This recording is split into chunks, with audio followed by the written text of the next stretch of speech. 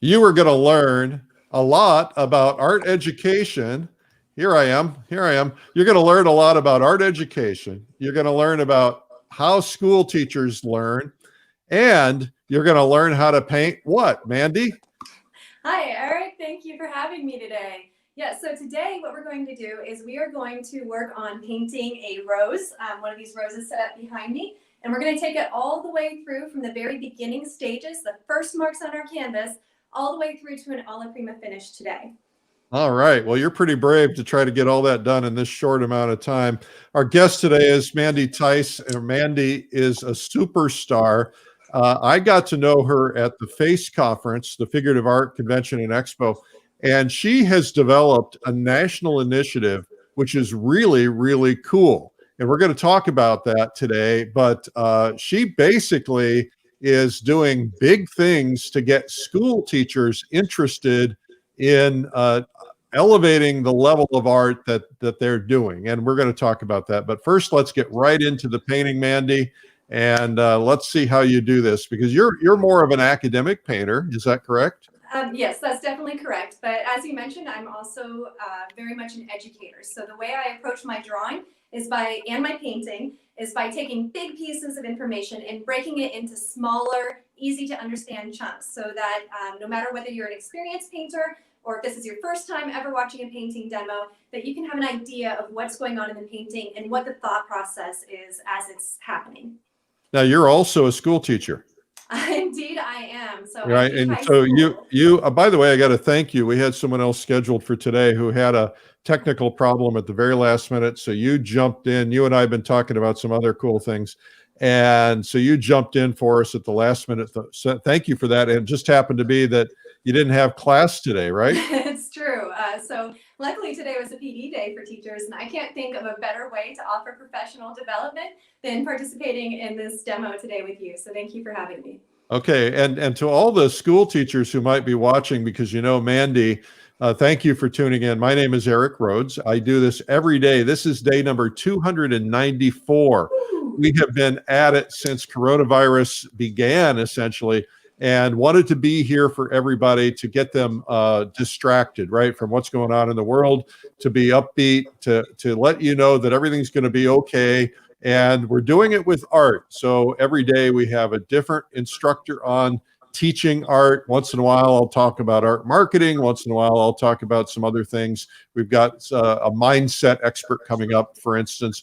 But mostly we're doing art. And we do this every day at 12 noon Eastern. And then every day at 3 p.m., we have another video, which is a video of the, well, I guess about 600 that we've produced from the top artists in the world, art instruction videos. And for instance, today, who do we have today? Today we have Bill Davidson, how to paint glowing landscapes. And he's going to show you how he did this painting from this video. And we also offer every day, the day of, we offer a discount on that particular video so that you can get it special. We did this because we wanted to help the artists during COVID. We wanted to help ourselves during COVID, and we also wanted to help you. So, Mandy, that's what we got going on. I should also mention, because I know everybody loves paintings, and we're giving away this. This is really a nice big painting. This is a Thomas Schaller painting. Thomas, as you probably know, is one of the finest watercolor artists in the world. And this painting would sell in the art gallery for $7,000, and we're going to give it away.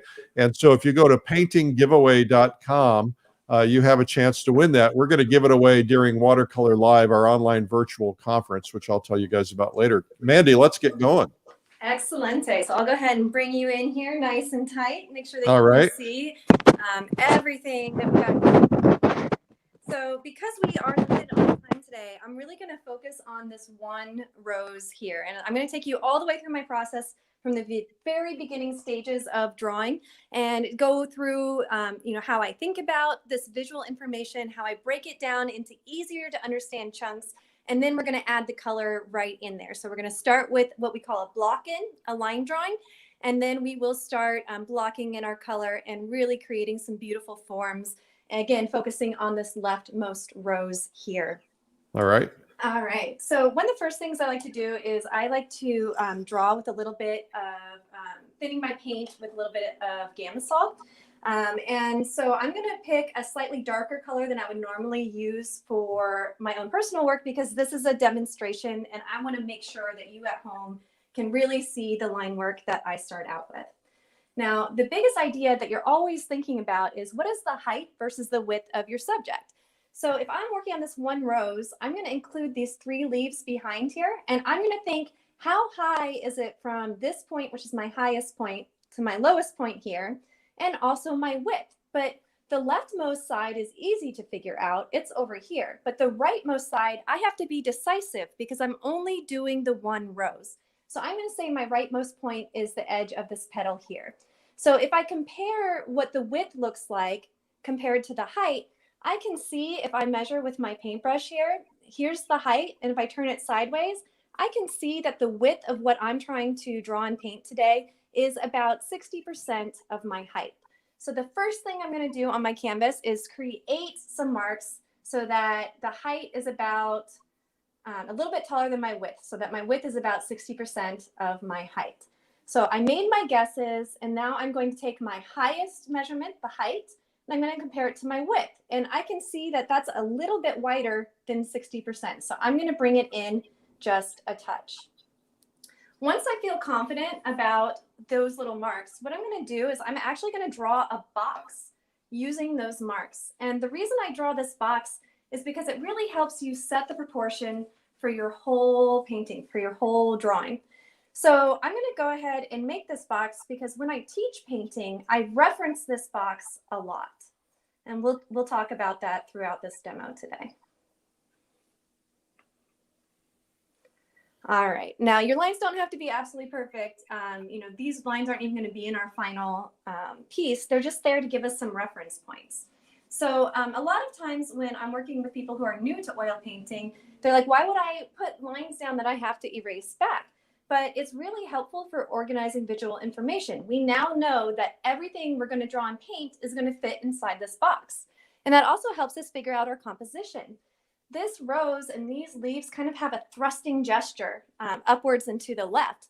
So I'm thinking about what would that look like once I have it on my canvas here. And I want to make sure that the placement of where this box is, we know that the right edge is this rose. So it's a great opportunity to think about what my final composition will look like with the final leaves. So this means that that big rose, the focus will be just slightly off center and have a thrust in the left direction. And I think that'll make a pretty interesting composition. So just with this one box, I've now done 2 things. I've found the height versus the width, and I've also figured out what my overall composition is going to be. I've created the placement on my canvas. Now, the next thing I really want to do is figure out what the biggest shape is. So if you are looking at this rose over here, you can be like, oh my gosh, there's a leaf and a leaf and a leaf and a petal and this like other kind of petal leaf thing.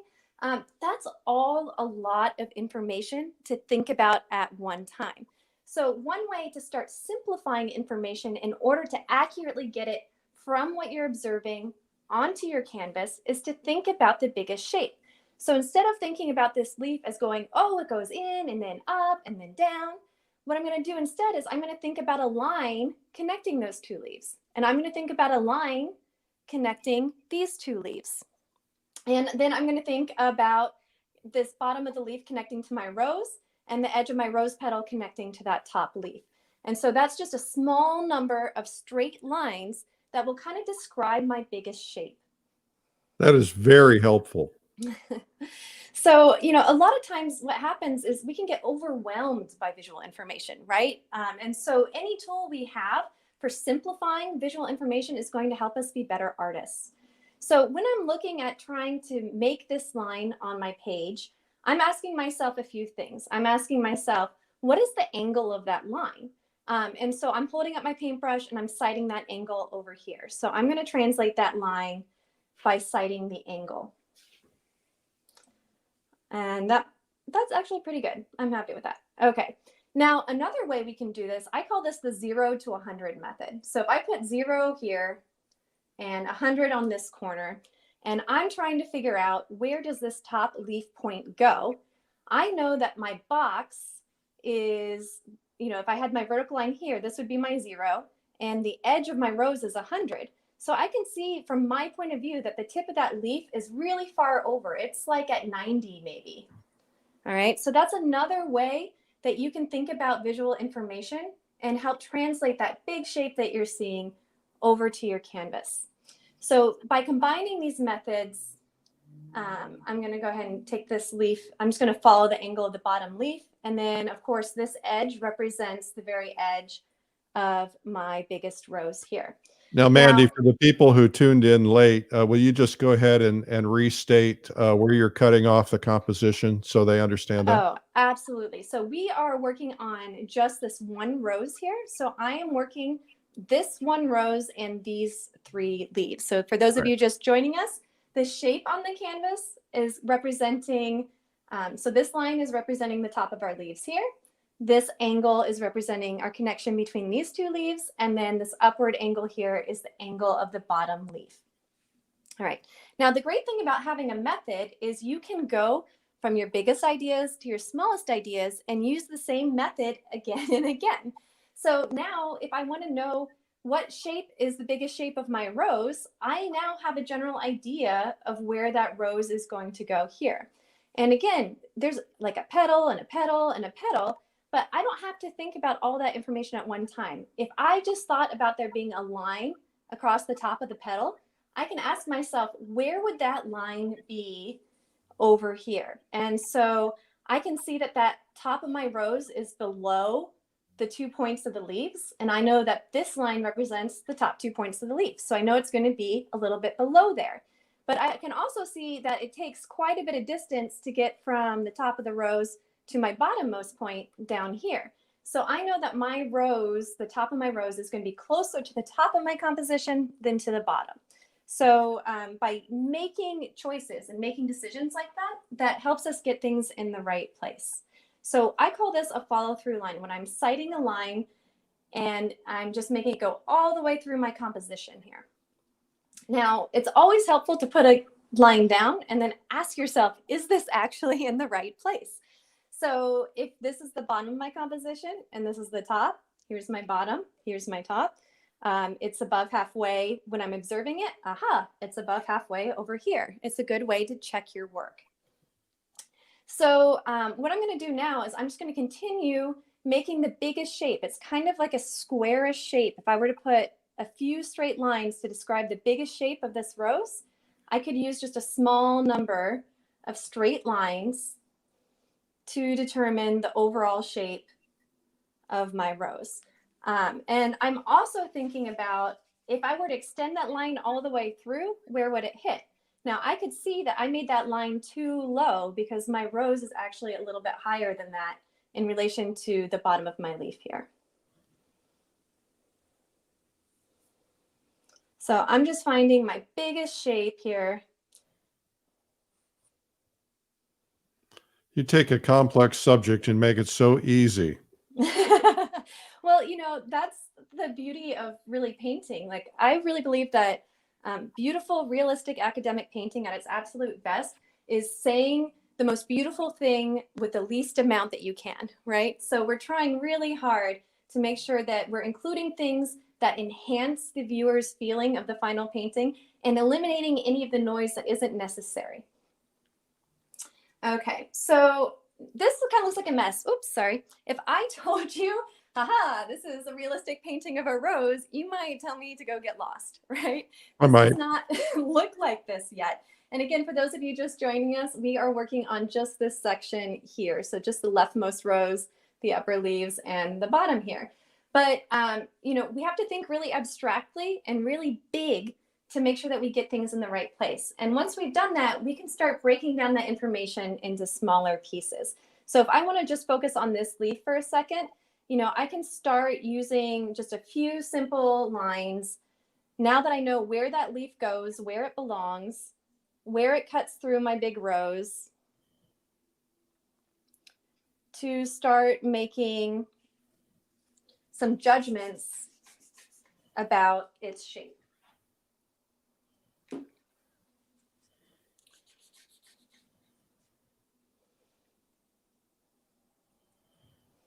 All right, and then we have this tall, really high looking one over here. And I want to make sure that, as you draw, you want to make sure that everything's still in the right relationship to everything else in your drawing. So I can see that maybe this point needed to be a little bit lower because the relationship between the right leaf and the bottom leaf has a steeper angle than I originally guessed. And that's okay. So if you need to change things, that's fine, but always go back and relate it to the whole. Can you move your camera a little bit to the left because we're cutting off that top leaf? There we go. Good. All right, thank you. And of course, always with these live demos. So I give demos every first Thursday through School of Atelier Arts, which is the atelier that I run. And so, of course, with these live demos, we try as much as possible to make sure that your view is as close to my view as we can get it. But there will be just a little bit of a difference because the camera cannot exactly be where my eyes are, or you wouldn't be able, I wouldn't be able to see the work. We're going to have to get you glasses that have a camera in them. Is that a real thing? Does that exist? Yeah, it does. I had no idea that that was a thing. As an oil painter, I mix dirt with oil and spread it on woven linen for a living. So technology is always an interesting. So you said you do a demo on the first Thursday of every month. Yep, absolutely. And you can find it at schoolofatelierarts.com. Mm-hmm.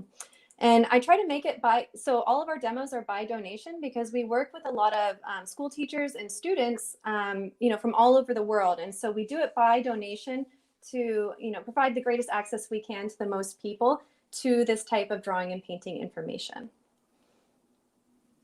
Maybe I should draw with the brush part. I was drawing with the bottom of that as well.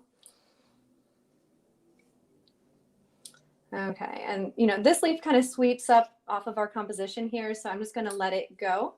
And then I'm really going to focus now on the rose because the leaves, although they have some change in color, they're pretty flat overall, whereas all the form, all the interesting lights and darks are actually on our rose proper. And because we are very limited on the amount of time we can spend today, I really want to make sure that I get into the biggest and most interesting part of our composition here. So now I'm doing the same thing again. So now I'm just finding the biggest shape around the biggest chunk of the rose. And then I'm going to start literally peeling off one petal at a time using, this idea of working from the biggest ideas to the smallest ideas. And, as you refine, you can start erasing the bits that you no longer need. You'll be amazed at how just kind of carving away at these bigger shapes, you'll suddenly start seeing some of the realistic feeling of the rose in particular emerge. Do you ever get confused with all your lines? Oh, yeah. So a lot of times what I don't think people understand is that realistic drawing and painting training has a lot to do with visual memory. I remember when I first started my atelier training, I would be looking at my subject. I'd be looking at my subject over here and like sight a line just perfectly. And I'd get over here and I'd be like, what does that represent again? Like I forget, right? And as you practice, as you learn, you develop a better visual memory that makes that part of the drawing process less frustrating. I want to tell you guys, by the way, that we got people watching from all over the world. Hello, Netherlands. Hello, United Kingdom. Hello. Wow. Let's see, I'm scrolling through. But I want to mention that Ireland, welcome. Put where you're from in the comments. That way we know who's watching. But also we have prizes. Today's prize, the winner of yesterday's digital subscription to Plein Air Magazine is Weeby Kaller from Norway. Weeby, congratulations. We'll be getting that to you. The digital subscription to Plein Air Magazine has 20% more content than the print. Also, the easel brush clip is the prize today from easelbrushclip.com. You have a chance to win that, and we'll send it to you wherever you are in the world. It's from easelbrushclip.com. And just by making comments, we will pick somebody randomly from the comments, and you'll have a chance to win. And it doesn't have to be on the live. We're going to do it from the replays too. All right, Mandy, sorry to interrupt. Oh, no, that's very exciting. I'm super excited to see such a broad array of interest in our painting demonstration today. It's always lovely, especially because, where ateliers are located, where you can find this knowledge, it's really hit or miss depending on where you are in the world. So I actually get a lot of requests from art teachers in Australia, actually, for information and resources on how to teach realistic drawing and painting in their classrooms as well. So it's really wonderful to see such a diverse group here from all over the world who share the love of painting. Like, what a glorious way to spend a noon hour here. Well, and you have a program, don't you, where you have a degree program for art teachers? Absolutely. So I'm so proud and happy to announce that we actually have a Master's of Art degree in studio art, and it's designed specifically for art teachers, although you don't have to be an art teacher to come, as long as you understand that we'll be spending a lot of time talking about how to teach art in the program. And what's really exciting is that it's only in the summers. So teachers, they teach during the school year, they get the summers off. And well, in theory, they get the summers off. They're always really busy working on lesson plans and whatnot. But it's just 6 weeks every summer, 3 summers, you get your degree, and that sweet pay bump if you're in the United States and you get that pay bump for your master's degree. So it's really exciting. It's through a partnership with the Florence Academy of Art. And also, I'd like to throw a thank you to Gamblin Paints as well, because they have very generously donated oil paint to that program so that we can provide quality oil painting experiences for art teachers and show them how to teach that in their classroom. How many people do you have in the program at any given time? So we're only accepting 30 people each year, 10 in person and 20 in our remote option. So for those of you who are international, we do have a remote option that may be a good choice for you. And the in-person option right now is already half full.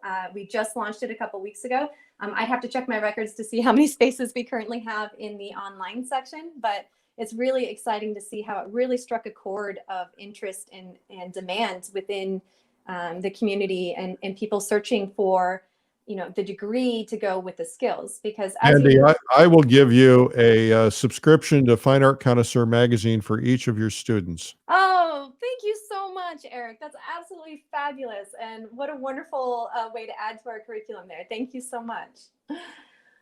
Excellent.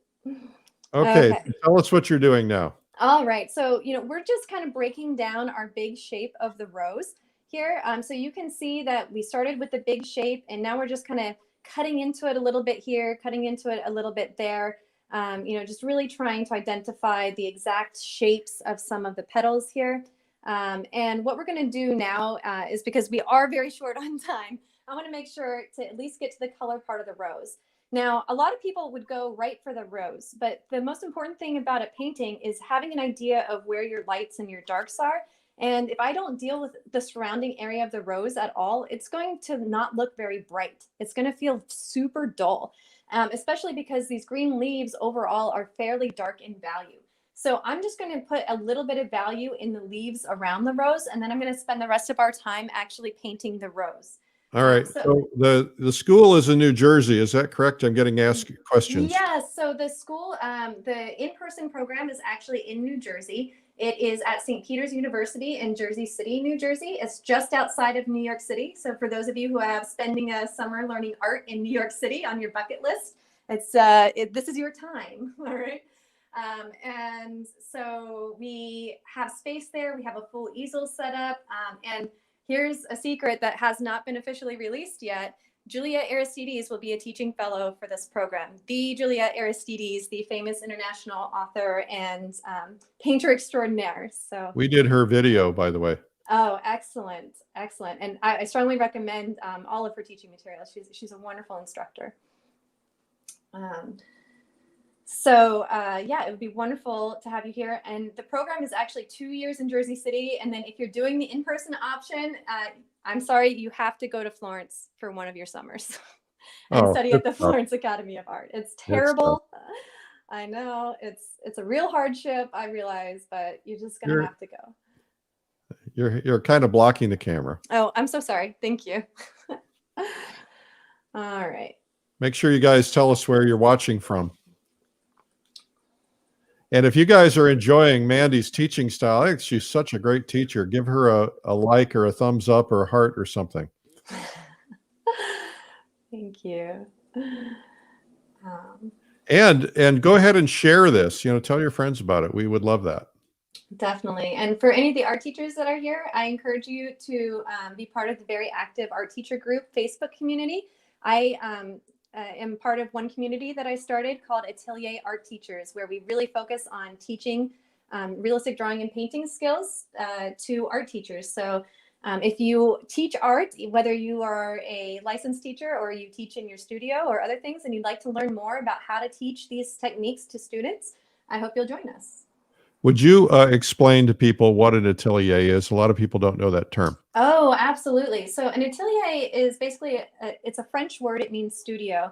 But today it's commonly used to discuss and describe a type of realistic drawing and painting training that creates realistic results. So it used to be the way that most artists in the West were trained, and then it fell out of favor about 100 years ago when this idea that somehow training would ruin your inherent creativity. And when it fell out of favor, a lot of the knowledge that had been painstakingly passed from generation to generation of artists was actually almost lost. It was a really tragic time as far as technical knowledge went in art. A lot of people don't realize that just like in math, right, there are scientific discoveries that combine, like we have the Pythagorean theorem, we also have Arabic numerals. You know, this is collected knowledge that wasn't created just at one time. It was collected over a long period of time. And that's essentially what atelier training is. It's the collected knowledge about how to draw and paint realistically. That's really centuries worth of an inheritance. Okay, I don't want to spend too much time fussing with the leaves because the fun part, of course, is the rose proper here. I'm just trying to get some of these dark values in so that they don't distract and that they really help enhance the brightness of the rose. I'm going to throw a little bit of this background value in just so that the whole rose is surrounded. Now, if you were doing this where you were doing a layered painting, you would probably do this. You probably wouldn't start out with green color. You'd start out with a tone of some kind. Oh, absolutely. So if I were doing a formal, full-on atelier painting that I was going to take to a high finish, I would do an underpainting in grisaille. Painting in grisaille just means painting in black and white. And then that kind of sets all your values. So it helps you figure out where are the light parts, where are the dark parts. So again, it's about organizing that visual information in an easy to understand way.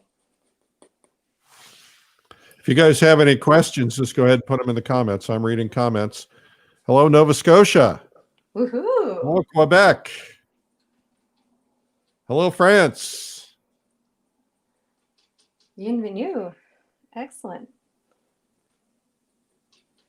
So happy to have you here. Thank you for being here and sharing your, I don't know what time it is in some of those countries, but thank you for joining us today. Somebody said giving you a virtual hug. Aw. Hello, Kembrew, United Kingdom. Excellent. South Africa. Wow. Another Suffolk, United Kingdom. Now, I have a special place. When you guys share this, all your other artist friends over there, wherever you are, will see it. British Columbia. Thank you. So what are you doing now? All right, so I'm just throwing a few color notes in and just trying to do what I call keying the painting. So I'm putting a couple notes here. I'll put a couple notes over here. And, you know, just because my canvas is white, I painted on a white canvas. I want to make sure to get some of those really darkest areas in first, you know, because that'll help determine the direction of the painting.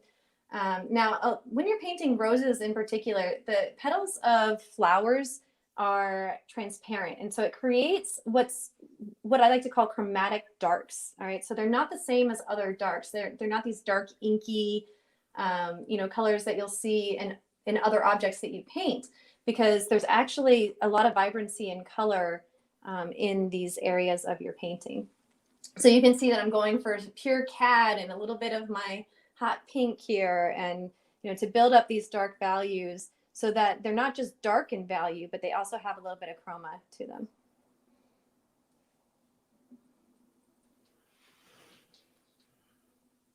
What kind of paint and brushes are you using? Oh, excellent question.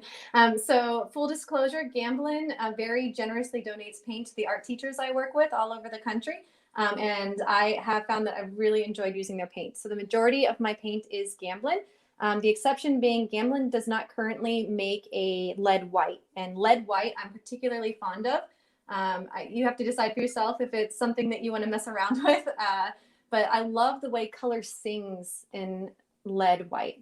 As far as my brushes go, I'm a huge fan of the brush maker out of England, Rosemary and Company. And she's a lovely woman. It's a small company that hand makes every brush. And every time I pick up a Rosemary brush, I just feel like, like you're stepping into the old way of things. And it's a really joyful feeling for me. And Rosemary does not yet sponsor me, so I'm saying this completely free will that I love the brushes. And do you always keep your palette vertically like that? Oh, I rarely ever keep my palette vertically like this, but when I do the painting demos, I try to give as many opportunities for as much knowledge as I can. So, when people are able to see at least a little bit of the brush and how the paint's being mixed, I try to provide that opportunity. Right. It is a love-hate though, because I definitely prefer holding my palette. So if you come to my first Thursday painting demonstrations, the ones that I do every first Thursday of the month at 7 p.m. Eastern Standard Time, you will find a mixed bag of whether I'm holding the palette or have it pinned up for you, depending on, how I'm feeling that day. What kind of lead white do you use? So I'm currently using Williamsburg lead white, but great paint. Yeah. So, I try a lot of different lead whites. I'm trying to find one, sometimes I want a more thick consistency in my lead, and other times I want, a harder consistency in my lead. So I'm always kind of dabbling back and forth between different variations of lead white. I want to remind you guys that her website is School of Atelier Arts, Atelier Arts. And that's where you can find out about the Thursday demo, first Thursday demo, and all the other teaching tools that Mandy has. Yes, and I also strongly encourage you to sign up for the School of Atelier Arts newsletter. We send out free lesson plans, free how-to tutorials, anything to help people learn how to draw and paint realistically, we send out through our newsletters. So it would be lovely to have you as part of our wildly enthusiastic newsletter community. It's a very popular newsletter.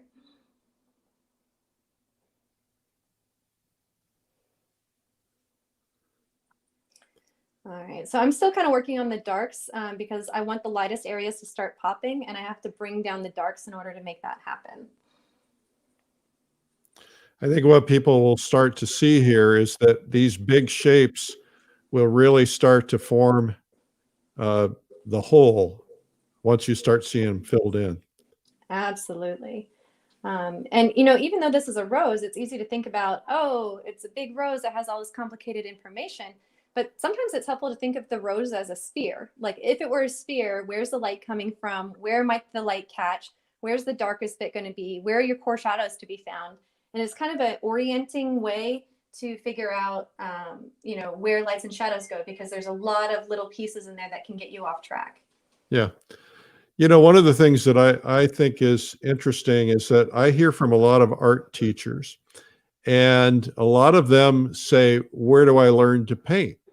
And I'm like, well, why would you need to learn to paint? You're an art teacher. But there are a lot of people who have degrees in teaching art, but were never taught to paint or draw. Is that correct? Oh, yeah. So that's absolutely true. If you think about it, the profession overall, you need a college degree, and colleges is not, this training is found in ateliers, which, with the exception of our Masters of Art program, is one of the first accredited atelier programs in the world, right?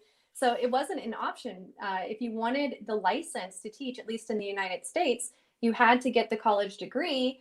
The universities really followed that mantra that training would somehow ruin your creativity.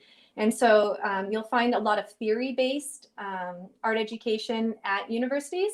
And I'm not anti-theory, but I believe in a balance between skills and theory. And I feel like right now, for the most part, we're way out of whack. Like we're teaching all theory and not as many skills as I would like to see. So, well, if you go back through history at the beginning of modern art, all the modern artists were academically trained, but the second generation of modern artists was not. Oh, absolutely. Like Picasso had classical training, But did he train anybody? No, he did not. So how could we expect educators today to have training when their teachers didn't have training and their teachers' teachers didn't have training? So that's why, this idea of this master's program is so important to me, because we're able to bring to teachers this knowledge in a way that has not been accessible to art teachers in almost 100 years. Hello, Dublin. Hello. Cochrane, Canada, Alberta. Welcome, welcome. I used to live in Montana, which, made me really appreciate our Canadian neighbors and how kind I always found our Canadian friends when they would visit. I'm getting some questions about your palette. Okay. Your colors. Oh, okay. So when I'm painting flowers, I have a few colors on my palette that aren't on my standard palette because you need special colors to paint chromatic objects. So these pink roses are actually quite chromatic. So you need some paint that's a little bit more chromatic than maybe you would otherwise have on your palette. So some of these extra colors I have here are a quinacridone rose. We can't really see it. Oh, let me pull it down here for a second. All right. So I have a quinacridone rose. I have a brilliant pink. I have a quinacridone You red. lower it a little bit. Oh, thank There you. you go. Sorry. So quinacridone rose, quinacridone red, brilliant pink. I love lead tin yellow. I always have it on my palette no matter what. I just love painting with lead, I guess. I can't help it. And then this is my lead white, and this is my titanium white. I have both because sometimes the lead white just isn't powerful enough to get your lights bright enough. And then I have a viridian green, a cad green light, a black, an ultramarine blue, and I think that's the whole palette. And I used to have some burnt sienna up here that got mixed in somewhere. Okay, thank you. Yeah. All right, so I'm just keeping an eye on the clock here because I really want to make sure that we get to that magic place here where things really start popping for us. I like magic. I like magic too, and like that's half the fun. Can you explain, Mandy, what chromatic means? Yes, absolutely. So chroma means the intensity of a color.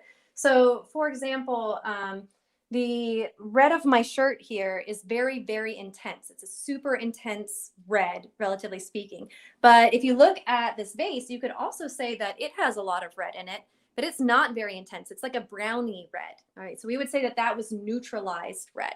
So my shirt would be chromatic and the vase would be less chromatic. We would call that neutral. So chroma is the opposite of neutral.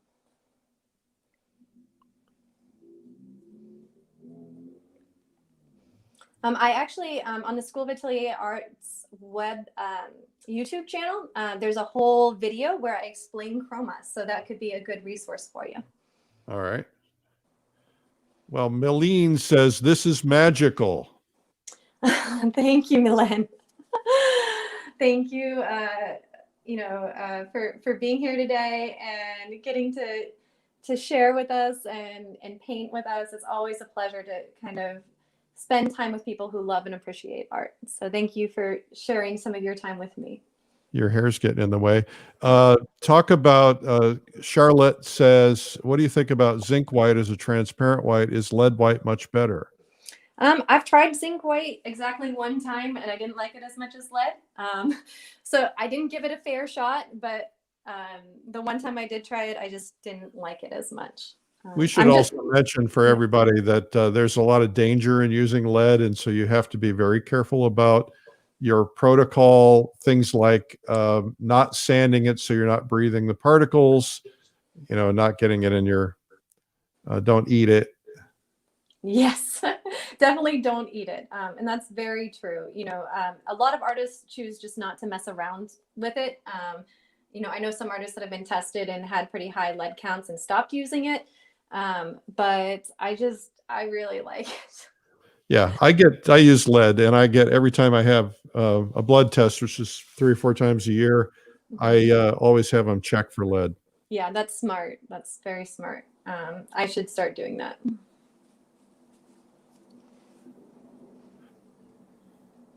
Next time I negotiate for health benefits, I'll make sure to include that.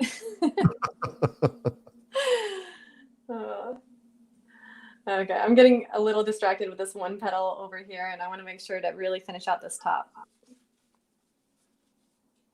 Have you tried the lead white replacement that Gamblin makes? Actually, I haven't, and I definitely should. I didn't know that they had one, actually.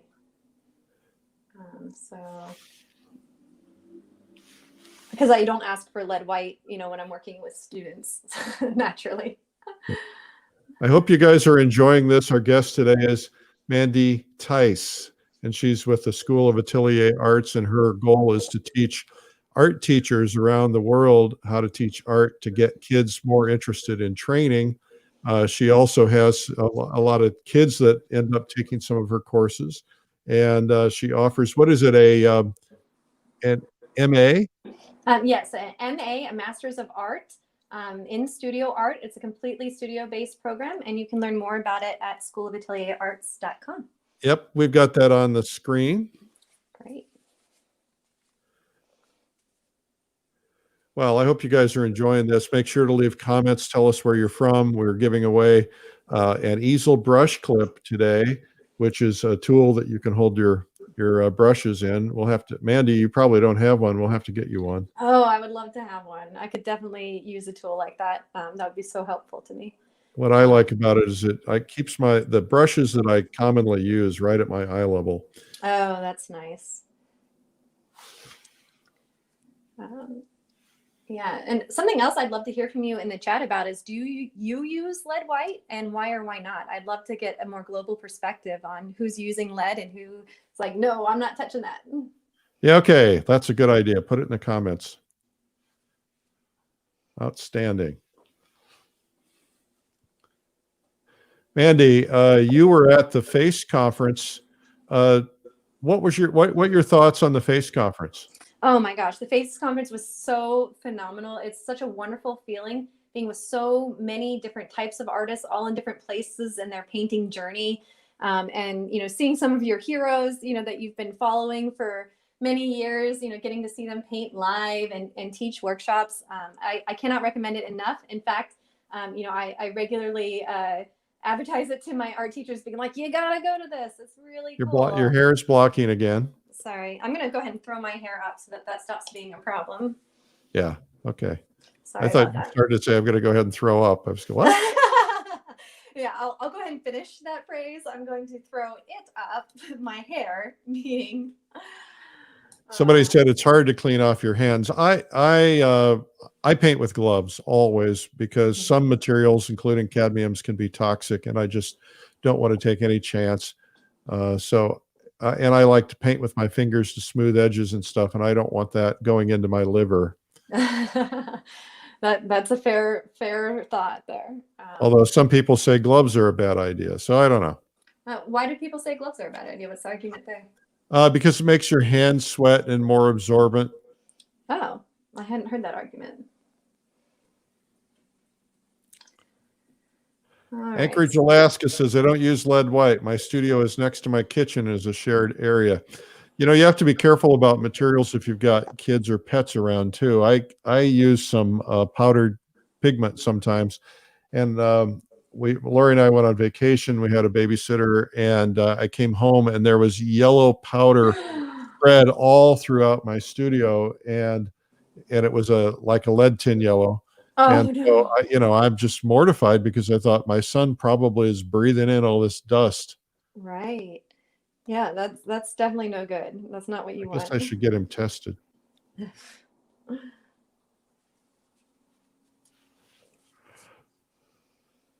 right. So sometimes when you're painting flowers, it's scary to go as dark as you really need to, but it's these little dark areas that really start defining some of the upper petals that you need to define. Somebody says they're playing hooky from their school PD to watch this.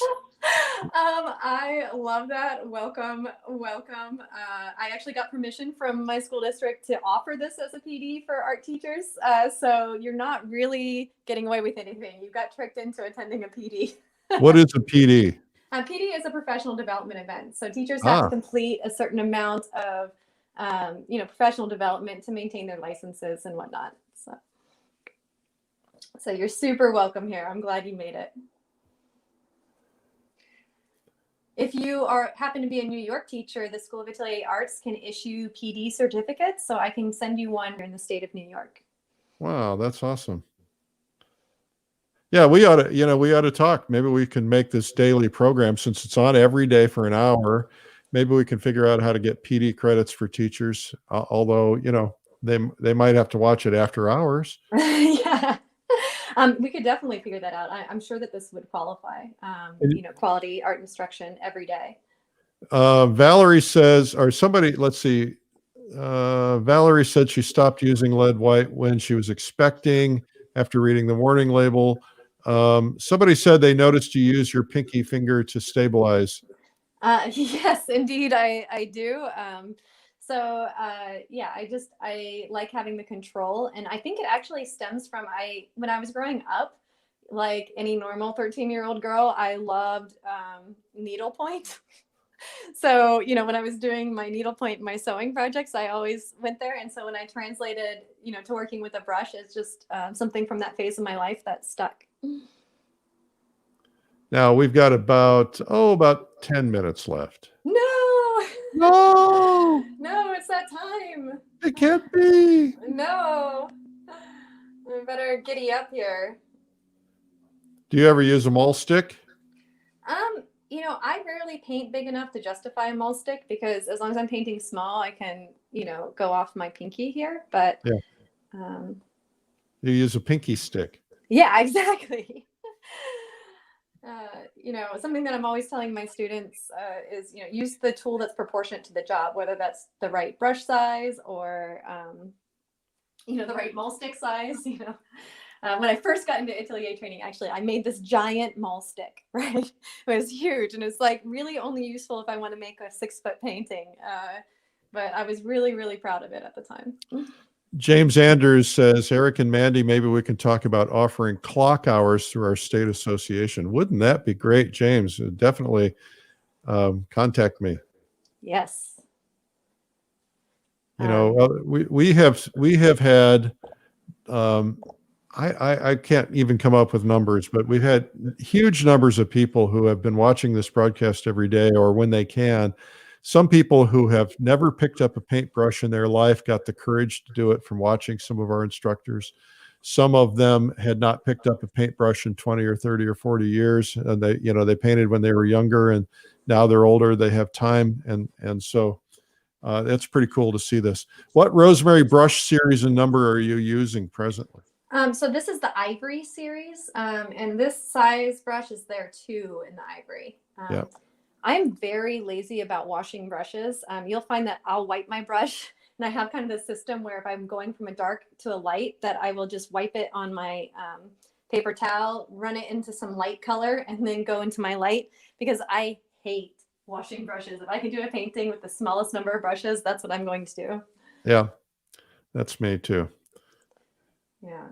I hope to someday be very rich so I can use them and throw them away, and then support the brush companies. Yeah, well, I keep hoping that I'll get to that place where I can just hand my brushes off to the students in my studio and be like, this is your only job. You have to wash my brushes. I'll teach you anything you want.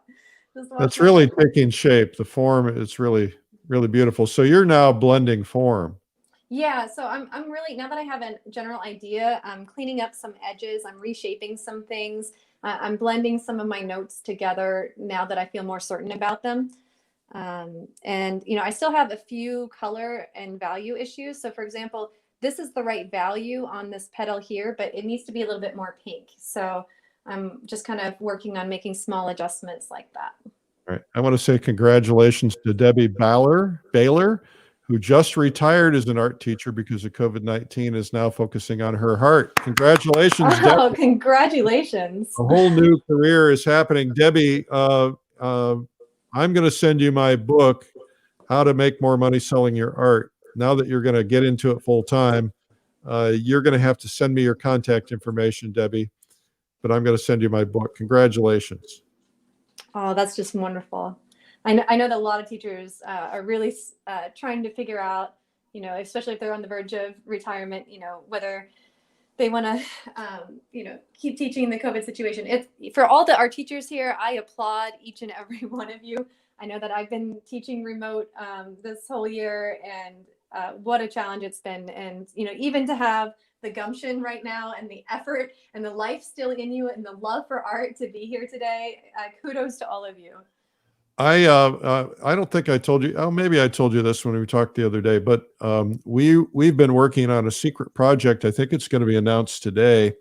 But we have been studying how people learn, and we've discovered that because so many people are learning on Zoom now, that a lot of them are getting frustrated, and of course need to be more successful. So we're developing a concept that we're going to announce, and a new way of learning art, and some things that we're going to do with it that are going to be announced this week. So if you're not on my email list, you probably should be, so that you can get those announcements.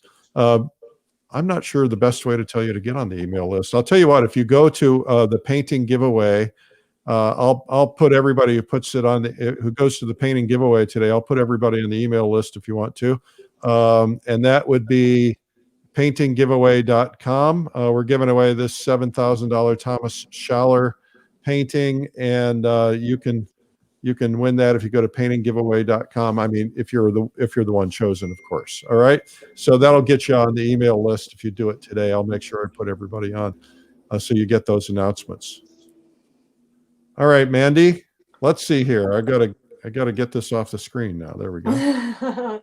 That's really looking beautiful, by the way. Thank you very much. Yeah. So no pressure painting in front of lots of people. I do it every first Thursday, for the painting demos, but every time you go to paint something, it's its own visual problem. It's its own challenge. You need different techniques, different skills, different applications of what you know. So it's always a challenge painting in front of people, and keeping your nerves in line, but it's always so rewarding to be able to share with people who really care about learning. It's such a joy. Well, I encourage everybody to go to her schoolofatelierarts.com.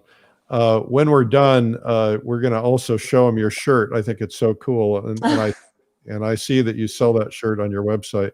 Oh, absolutely. You're quite the entrepreneur. I mean, you're doing a lot to really help people, which is very cool. Well, thank you. I've learned a lot from you through the years, Eric. So, I've been following Eric for many years, and as someone that has been making my living from my art in various capacities, it's been hugely wonderful to have access to the wonderful resource and all the great ideas that Eric has, in his communications and his books, at the conferences that he helps run. I mean, you've done more for education than I think you realize, Eric. Well, that's very kind of you. Thank you. We're all in this together. We're trying to make it better for everybody. So you've got about 2 minutes left. Okay. 2 minutes left. I'm going to just kind of take away some of the white distraction and just throw in a little bit of color here for the stem. And then I'm going to wrap it up here.